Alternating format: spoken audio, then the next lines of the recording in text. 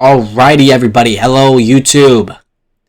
Today I want to talk about another anime. This is actually one of my favorites of all time. Definitely my favorite of its genre. One of my favorite genres, probably just my favorite genre in general, especially with anime, is romance. I love romance anime. It's so good.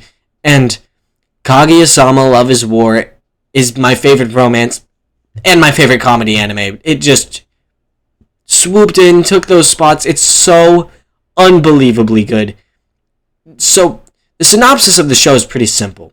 You have this boy, you have this girl. They're both really high tier, like student council, president, and like rich girl. Like big tier people. We got the kings and the queens here, but they like each other.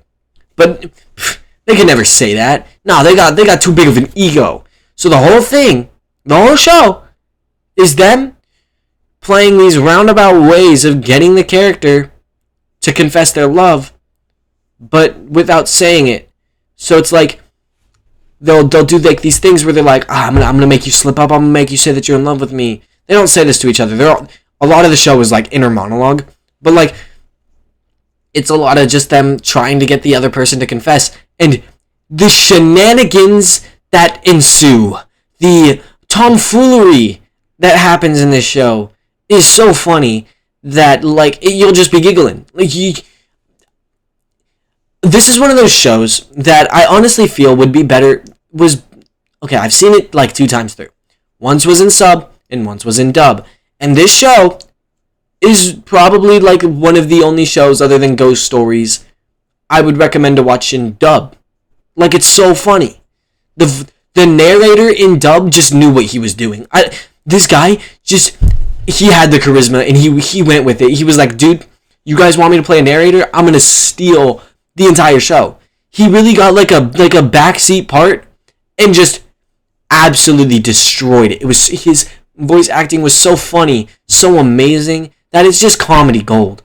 I would honestly say it's almost better than the sub. The sub narrator isn't so good, but it's also sub, and I prefer sub. But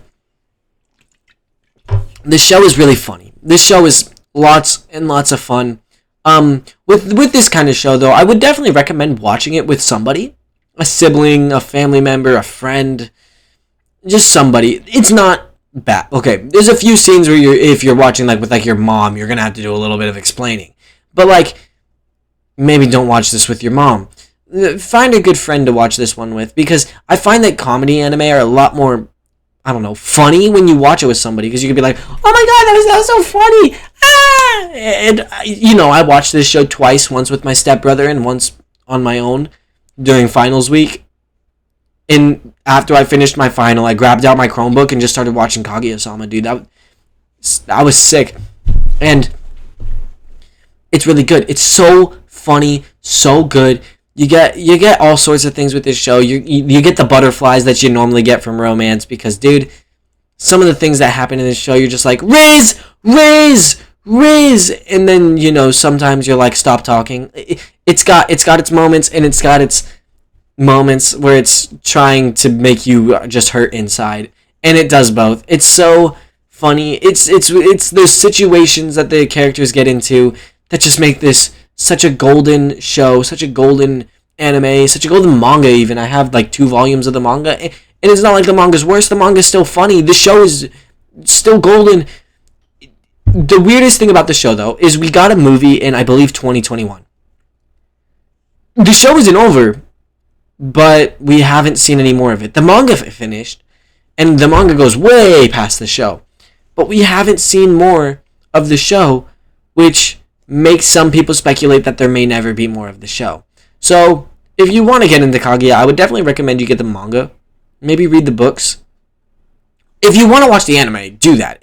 The anime is still so good, and it's so funny, but I don't know if we're ever going to be able to see the end of it, whereas if you read the manga, you can read to the end. Or you could just do that thing like I did, where you watch it, and then you read it if you like it. Because, let's be honest, paying for Crunchyroll, pretty cheap.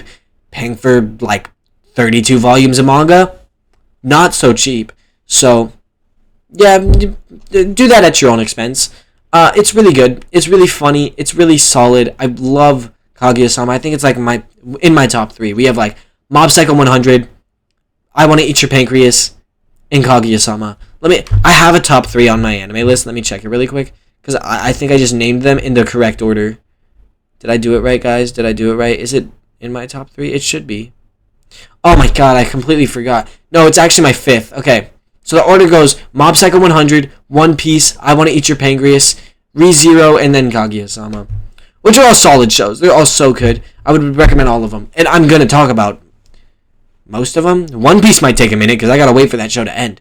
But these shows are all so good, so solid. They're just like, you watch Kaguya. It's so funny. If you just need a good laugh, if you just need some lighthearted fun, Kaguya is where it's at. I mean, really, it's not those kind of anime where you have to sit there and lock in because the story is so complicated. You're not going to get that. This isn't anything like that. You're just going to get some good fun times. And the fun times in this show are very fun times. They're so the funny, again, shenanigans that ensue, the funny scenarios that our characters get into with this one, you're bound to laugh. You're bound to giggle. And I think you will. Yeah. Please watch Kaguya. It's really funny. I really don't have anything to talk about else, though. Please like and subscribe, and I'll see y'all next time. Or, I guess tomorrow. Bye-bye.